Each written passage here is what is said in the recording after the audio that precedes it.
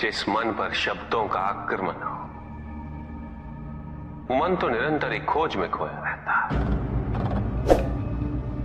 कभी शास्त्रों में, कभी पर्वतों पर, कभी समुद्र के किनारे, तो कभी तीर्थ स्थलों पर, कभी मंदिरों में, कभी वन में। किंतु जो वो खोज रहा होता है वो कभी मिलता नहीं, क्योंकि मन तो अभी भी स्थिर नहीं। वो व्यक्ति जहां भी रहे पुत्र, जहां भी जाए और जहां भी खोजे। तुमने भी सदैव शब्दों पर ध्यान दिया है कार्तिक,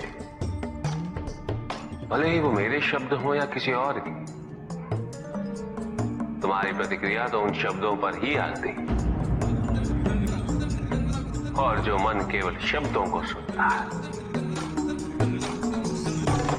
वो उसके निहित अर्थ से स्वयं वंचित रह जाता। शब्दों की सत्यता को समझने के लिए, उनकी अनुभूति के लिए, मन में शांति के साथ साथ रिक्तता भी अनिवार्य है, शून्यता भी अनिवार्य है। मन में इतना स्थान होना चाहिए पुत्र कि वो शब्दों के परे पहुंचने की यात्रा कर सके। किंतु मन कभी शून्य नहीं रहता, रिक्त नहीं रहता। वो सोचता है कि शब्दों का आधिक्य ही ज्ञान अर्जन है, शब्दों से ही ज्ञान है, इसलिए शब्दों का संचय करता रहता है। मन ये नहीं जानता कि परम ज्ञान तो शब्द अतीत है, एक अनुभूति जिसे शब्दों से बांधना असंभव है। शब्दों का अपना मूल्य क्या है कार्तिक? कुछ भी नहीं।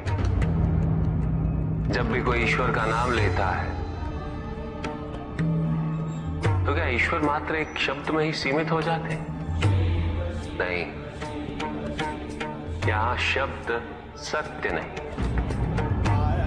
सत्य है वो अनुभूति जो इन शब्दों में विद्यमान है। यदि शब्द ही सत्य होते तो मात्र भोजन कह देने से व्यक्ति की क्षुधा शांत हो जाती।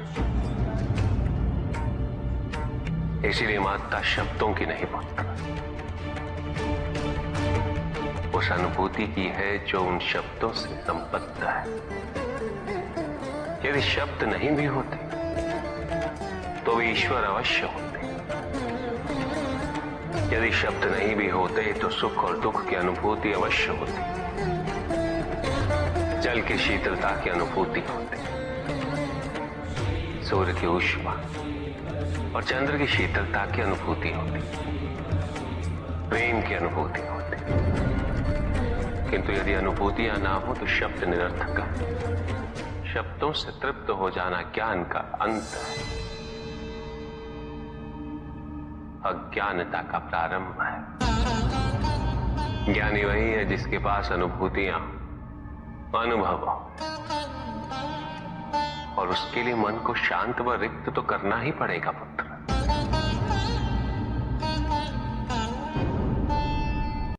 युद्ध किसी व्यक्ति से नहीं गणेश, मानसिकता से होता। युद्ध में संघर्ष अच्छाई या बुराई का नहीं होता, सभी में अच्छाई है और बुराई भी है पुत्र। युद्ध तो विचारधाराओं का होता है। व्यक्ति अपने पराक्रम पर, अपनी क्षमता पर विश्वास कर युद्ध करता है, और जब उस विश्वास को क्षति पहुंचती है तो सब कुछ निरर्थक प्रतीत होने लगता है। किंतु आपसे पराजित होकर भी लोहितांग क्यों नहीं समझ रहा? उसे अपनी स्वतंत्र इच्छा का उपयोग कर उचित मार्ग पर चलने का प्रयास करना चाहिए। व्यक्ति अपने को खो दे समझती है, व्यक्ति अपने को समर्पित कर दे, छोड़ दे अहंकार को, तो ब्रह्म की इच्छा ही पूर्ण होती है, और अभी भी वही फलित हो रही है। ऐसा नहीं है कि हम उससे भिन्न फलित करा लेंगे, लेकिन व्यक्ति भिन्न फलित कराने में लड़ेंगे, टूटेंगे, नष्ट हो। एक नदी में एक बार बाढ़ आ गई पुत्र। 2 छोटे से तृण उसमें बह रहे थे और उसमें से एक नदी में तिरछा पड़ गया और वो बाढ़ को रोकने का प्रयास कर रहा था। वो अत्यंत ऊंचे स्वर में कह रहा था कि नदी को आगे नहीं बढ़ने देगा। यद्यपि नदी तो बस बढ़ती ही जा रही थी। वो फिर ऊंचे स्वर में यही कह रहा था कि मैं इसे अवश्य रोकूंगा, यद्यपि रोक नहीं पा रहा था। नदी को तो उसके संघर्ष का कुछ भी पता नहीं चल रहा था, किंतु नदी को उसके होने या ना होने से क्या अंतर। उस कण के लिए तो यह अत्यंत महत्वपूर्ण था। उसका जीवन तो संकट में था। वो तो बस बहे जा रहा था। वो जहां भी पहुंचता, किंतु उससे पहुंचना तो संघर्ष करके ही था।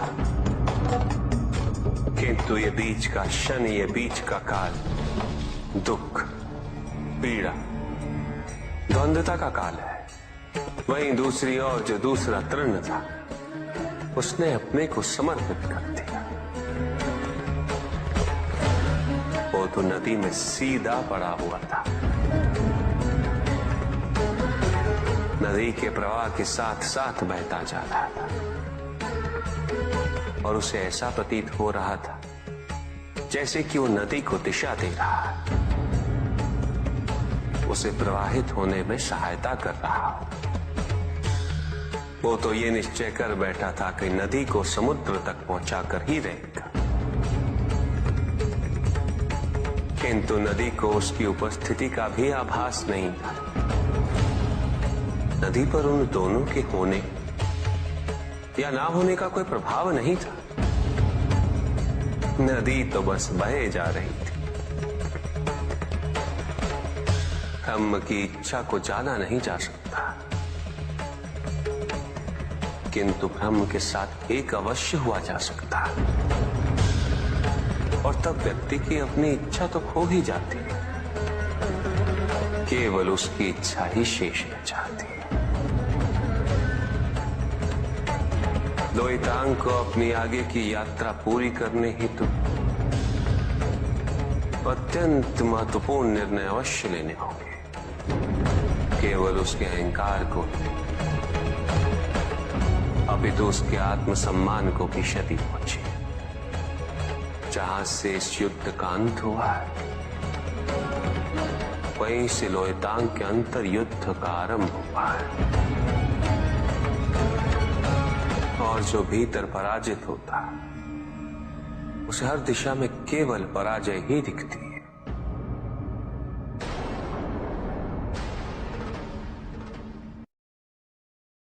एक प्रश्न पूछ सकता हूं? अवश्य ऋषि कश्यप। जहां प्रश्न नहीं वहां जिज्ञासा नहीं, और जहां जिज्ञासा नहीं होती वहां ज्ञान की वृद्धि नहीं हो सकती। निसंकोच होकर पूछिए। प्रभु, आप तो कालोपरी हैं, सर्वज्ञ हैं, त्रिकालदर्शी हैं। चारों ओर ये जो अज्ञान का अंधकार फैल रहा है, उसमें ज्ञान का मूल अर्थ कहीं ना कहीं खोता जा रहा। मेरा आपसे विनम्र निवेदन है प्रभु, किसी अन्य विषय पर चर्चा आरंभ करने से पूर्व हमारे और इस समस्त संसार के कल्याण और मार्गदर्शन हेतु आप ज्ञान की मूल परिभाषा से एक बार हमें पुनः अवगत करवाएं। ज्ञान और अज्ञान की परिभाषा को स्पष्ट रूप से समझने के लिए ज्ञान और अज्ञान की विशेषताओं का स्मरण करना आवश्यक है।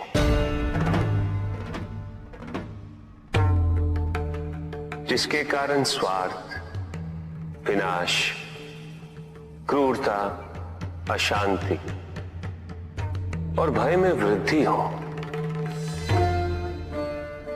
वो अज्ञान है। किंतु जो व्यक्ति को उदार, निर्भीक, सहनशील और विनम्र बनाए, वही ज्ञान है। अज्ञान की शक्तियां दुरुपयोग करने हेतु प्रेरित करती हैं, किंतु जो अपनी शक्तियों और अपने सामर्थ्य के प्रति अपने उत्तरदायित्व को समझाए, जो न केवल अपने अपितु अपने से पहले संसार के उद्धार हेतु प्रोत्साहित करे, वो ज्ञान है। ज्ञान का मूल उद्देश्य ही परोपकार है, सृजन है। दूसरों की भावनाओं को समझना, उनका आदर करना, यही ज्ञान है। क्योंकि ज्ञान हमें न केवल अपने अपितु दूसरों के दुख और सुख के प्रति भी संवेदनशील बनाता है। किंतु जो दूसरों की भावनाओं का अनादर करे, उसे ज्ञान की श्रेणी में कैसे रखा जा सकता है? अज्ञान के कारण व्यक्ति सांसारिकता में बंधता जाता है, मोह माया में उलझता जाता है। अज्ञान परम सत्य से दूर ले जाने का माध्यम है, किंतु ज्ञान व्यक्ति को परम सत्य की ओर ले जाता है। ज्ञान मुक्तिदायक है, मोक्ष का मार्ग है, और इस मुक्तिदायक ज्ञान का सर्वोच्च रूप है आत्मज्ञान, और यही ज्ञान की पूर्णता भी है। सभी के उद्धार के लिए मैं आपसे निवेदन करता हूं, भक्ति का उचित मार्ग बताए हमें, ताकि मेरी भांति दूसरा कोई भूल ना करे। भक्ति मुक्ति का आधार है पुष्पधन, और मुक्ति तो केवल समर्पण से ही संभव होगी। और समर्पण के प्राय भक्ति कब मोह में परिवर्तित हो जाती है।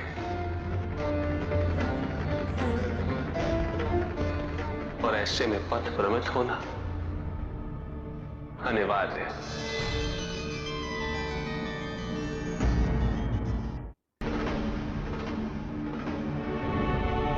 प्रभु, तांडव की परिभाषा क्या है? क्या है तांडव? उसे आरंभ करने से पूर्व मन में कैसे भाव होने चाहिए? तांडव नृत्य जगत की 5 क्रियाओं का संकलन है। सृष्टि, स्थिति, प्रलय, तिरोभाव और अनुग्रह, अग्नि, जल, वायु, पृथ्वी और आकाश। मेरे नृत्याकार शरीर के 5 मुख, इन्हीं 5 भूतों से ब्रह्मांड का निर्माण होता। पृथ्वी से सभी भूतों के शरीर बनते हैं और उनका पालन जल से होता है, और संपूर्ण भूतों का अंत अग्नि से होता है।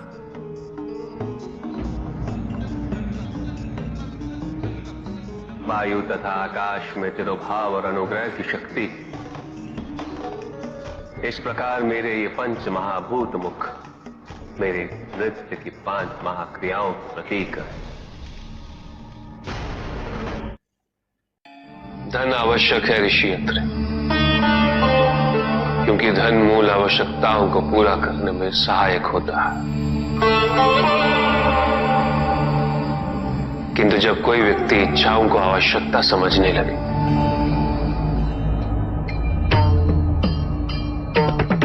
तो धन कितना ही क्यों ना पर्याप्त नहीं होता,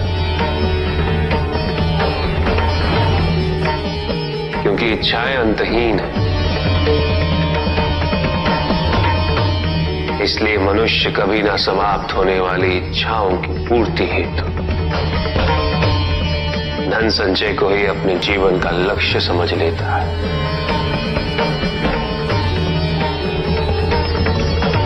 वो लोभी बन जाता है।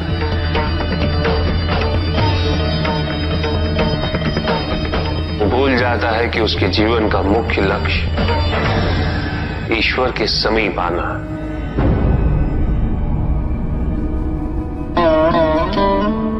ऐसे लोभी व्यक्तियों को अपनी मृत्यु के समय भी यही दुख रहता है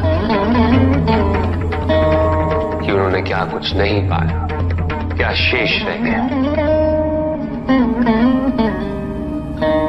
ऐसे समय में वो एक क्षण के लिए भी ईश्वर का स्मरण नहीं करते, अपने जीवन की निरर्थकता और व्यर्थता का बोध नहीं होता। बिल्कुल चाहिए धन चाहे कितना भी हो ऋषियत्र, मूल आवश्यकताएं तो केवल उतनी ही। तन ढकने के लिए वस्त्र,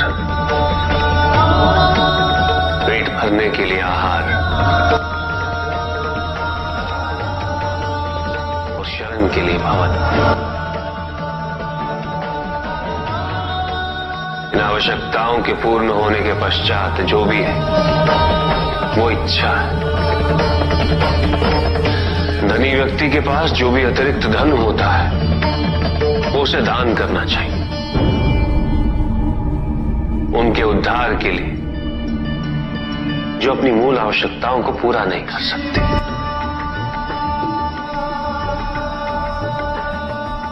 ऐसा करने से संसार में समानता होगी, द्वेष नहीं होगा,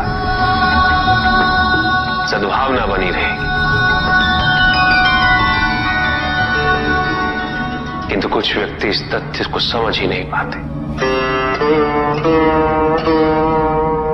उन्हें अपने एकत्रित किए हुए धन से इतना मोह हो जाता है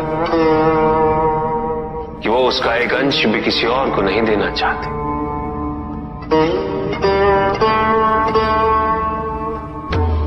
ऐसे व्यक्तियों की सूची में सर्वप्रथम स्थान कुबेर का है।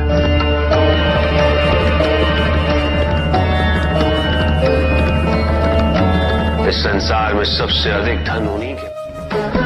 शक्तिशाली बनना अत्यंत कठिन है, किंतु उससे भी कठिन होता है शक्तिशाली बने रहना।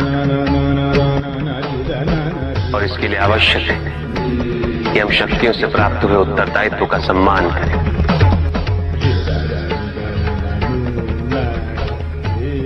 अन्यथा हम स्वयं पर निरंतर खो देते हैं और ये हमारे पतन का कारण बनता है।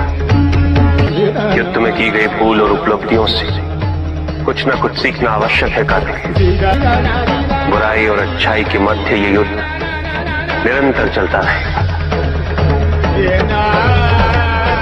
आज एक अध्याय समाप्त हुआ है, कल दूसरा अध्याय आरंभ होगा। जब तक इस समस्त संसार में बुराई है तो अच्छाई भी होगी, किंतु अच्छाई और बुराई के युद्ध में जीत सदैव अच्छाई की ही होगी। प्रभु, क्या संसार में केवल सुख का होना संभव नहीं है? प्रत्येक आत्मा का लक्ष्य केवल सुख की प्राप्ति ही तो है।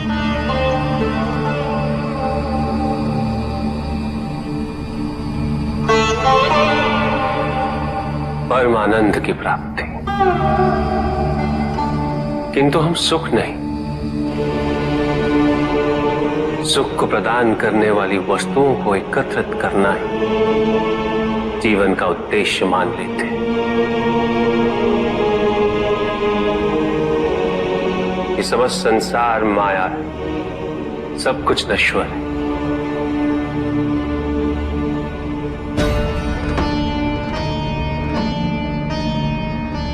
जिन वस्तुओं को हम सुख का सोच समझकर एकत्रित कर रहे हैं वो सदैव नहीं रहेंगे। जो व्यक्ति सत्य को जानते हुए भी लोभ का परित्याग नहीं करते वो सदैव इन्हें खोने के भय में जीते।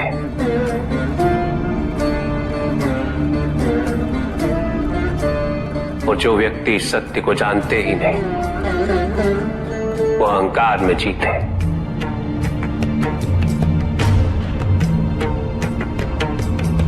और जहां अहंकार और भय उपस्थित हो, वहां सुख कैसे रह सकता?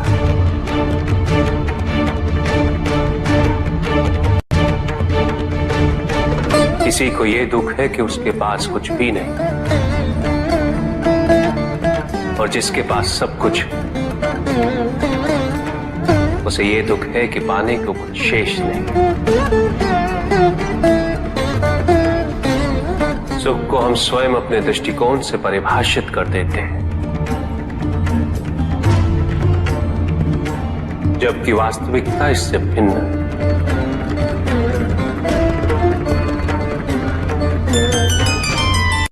इसलिए आवश्यकता है अनासक्त रहने की। किंतु प्रभु, क्या आसक्ति स्वाभाविक नहीं है? और दुख का मूल कारण भी तो यही है ऋषि भृगु। आसक्ति हमारे मन की शांति को छीन लेती, उसे भंग कर देती।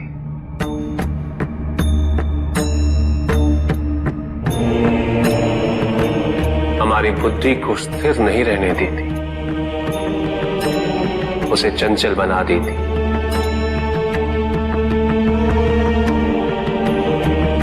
आसक्ति से प्रमाद की उत्पत्ति होती, प्रमाद मद होता है, और मद अहंकार का स्रोत है। और अहंकार पूर्णतः शुभता में परिवर्तित हो जाता है, अर्थात आसक्ति अशुभता की जननी। इसलिए अनावश्यक है। तो प्रभु, आसक्ति को अनासक्ति में कैसे परिवर्तित किया जा सकता है? और हम आसक्ति से कैसे उबर सकते हैं प्रभु? आसक्ति से मुक्त होना ही अनासक्ति है। आसक्तिहीन होने के लिए अपने और पराये का भेद मिटाना अनिवार्य है।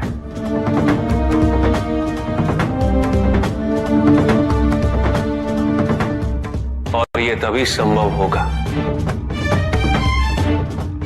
जब हम सुख की खोज बाहर नहीं, अपने भीतर करें। जब हम यथार्थ को पहचानें, उसे स्वीकार करें।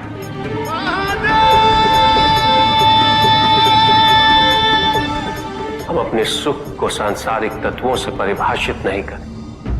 जब तक हम ऐसा करते रहेंगे, हम बंधते जाएंगे। जब हम स्वयं अपने भीतर झांकना आरंभ करेंगे,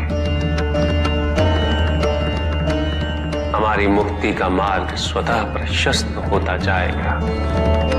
महादेव, आपने हमें दुख का कारण तो बता दिया।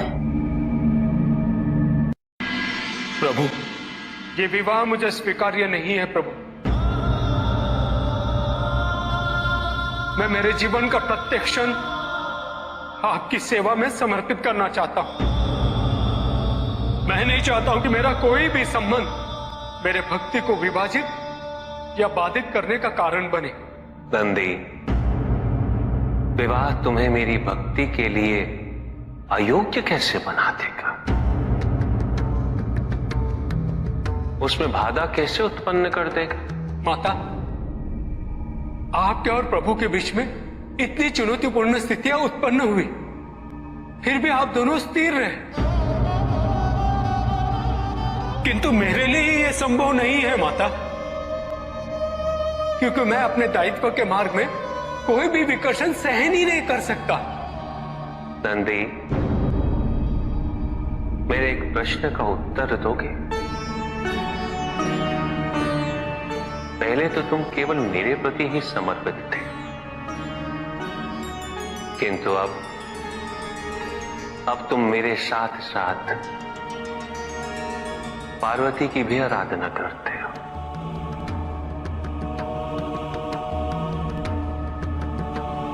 क्यों? प्रभु, माता आपके अर्धांगिनी है, आपकी पूरक, जिस प्रकार आप उनके पूरक हैं। आप माता के कारण आनंदित रहते हैं, उनकी उपस्थिति आपको प्रसन्नता देती है। अन्यथा आपको इतना हर्षित उनसे पहले मैंने कभी नहीं देखा है।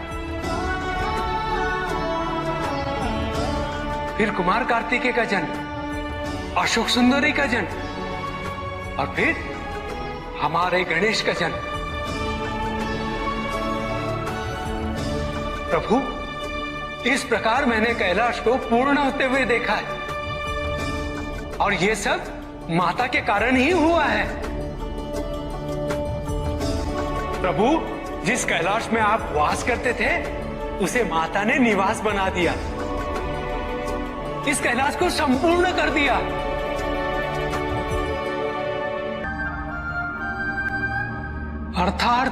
अर्थात व्यक्ति की पूर्णता हेतु विवाह आवश्यक है नंदी। जैसे स्वामी और हम एक दूसरे के पूरक हैं, उसी प्रकार तुम्हारी अर्धांगिनी और तुम एक दूसरे के पूरक बनोगे। विवाहित जीवन की अनुभूति, परिवार का सुख, उसके सुख और उसकी सुरक्षा के लिए संघर्ष, ये सभी अनुभूतियां व्यक्ति के विकास के लिए अनिवार्य है नंदी। किंतु प्रभु, मेरी स्वतंत्रता। स्वतंत्र तो वो नहीं है नंदी जो विवाह के विचार से भयभीत तो होते हैं या संकोच करते हैं, क्योंकि स्वतंत्रता तो वो है जो किसी भी विचार से प्रभावित ना हो, किसी भी सुख, किसी भी दुख से प्रभावित ना हो। और जो व्यक्ति इतना तटस्थ हो, जागरूक हो, उसकी स्वतंत्रता को तो विवाह से भी प्रभावित नहीं होना चाहिए। और फिर क्या गणेश, कार्तिकेय और अशोक सुंदर, ये सभी विवाह उपरांत परिवर्तित हो गए। क्या उनका विवाहित होना उनकी भक्ति और उनके समर्पण में बाधा बन गया नंदी? उनकी स्वतंत्रता में बाधा बन गया? क्या अपने माता पिता के प्रति उनका प्रेम और उनका सेवा भाव घट गया नंदी? फिर मेरे एक और पुत्र को ये चिंता क्यों?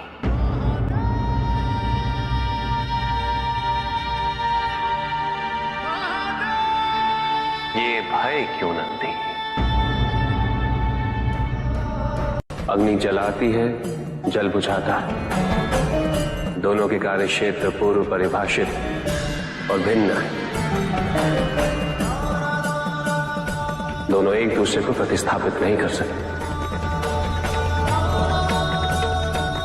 इसी प्रकार इस समस्त संसार में सभी की भूमिका पूर्व परिभाषित। संसार की यही विविधता इसकी विशेषता भी है।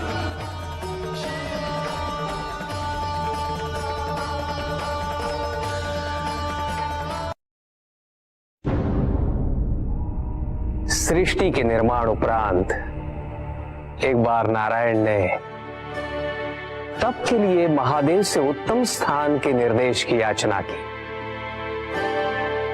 महादेव ने अपनी प्रेरणा से समस्त तेज संपन्न अत्यंत शोभायमान पंचकोशी नगरी का निर्माण किया।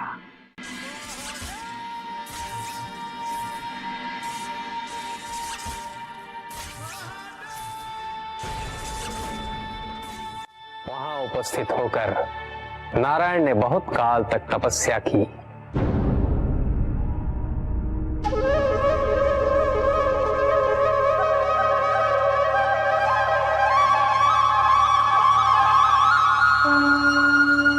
नारायण की तपस्या के अनंतर ही उस क्षेत्र में महादेव की कृपा से अनेक नदी नद सरिताएं उत्पन्न हुई।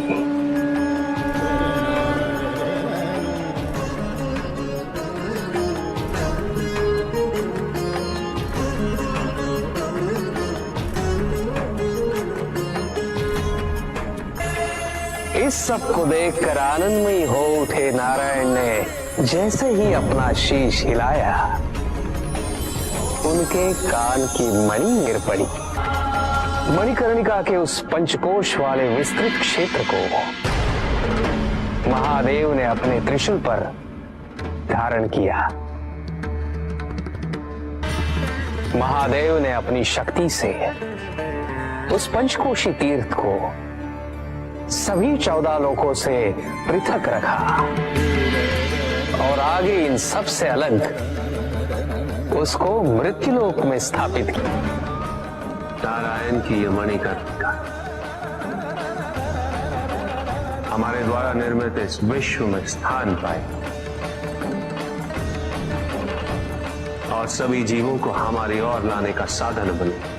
महादेव, आपने कहा था कि आप इसे इस लोक में स्थापित करेंगे। अब समय आ गया है। महादेव की कृपा से उस मणिकर्णिका का विस्तार पंचकोश तक हो गया। ये मणिकर्णिका पंचकोश की काशी बनकर इस पृथ्वी पर सदैव रहेगी। यह अविनाशी है, चिरकाल तक। सृष्टि के अंत के पश्चात भी इसका अंत नहीं होगा। ये भूमि मुझे सदैव प्रिय रहेगी। यहां तप करके स्वयं नारायण तीनों लोकों को प्रकाशित किया, इसीलिए ये मुझे अत्यंत प्रिय है। मैं इसे कभी भी नष्ट और विनष्ट नहीं होने दूंगा।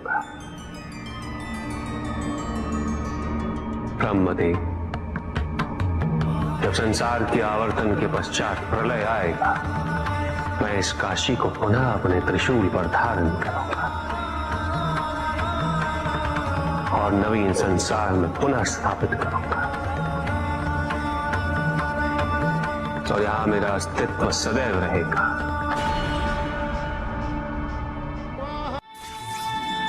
महादेव ने उस क्षेत्र से अपने आत्मिक योग को ध्यान में रखते हुए अपने ज्योतिर्लिंग को वहां स्थापित किया, जो इस क्षेत्र से कदापि पृथक नहीं हो सकता। विश्व की स्थापना तो हुई,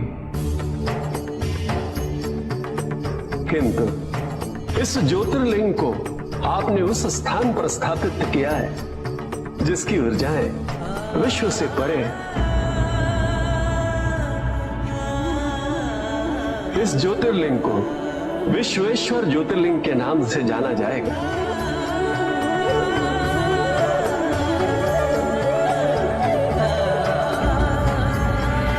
महादेव उस काशी को अपने त्रिशूल पर प्रलय और अनिष्ट की स्थिति में धारण कर उसका संरक्षण करते रहते हैं। इसीलिए ये क्षेत्र सभी लोगों से न्यारा है। नारायण की मणि गिरते ही उस स्थान का नाम मणिकर्णिका तीर्थ पड़ गया।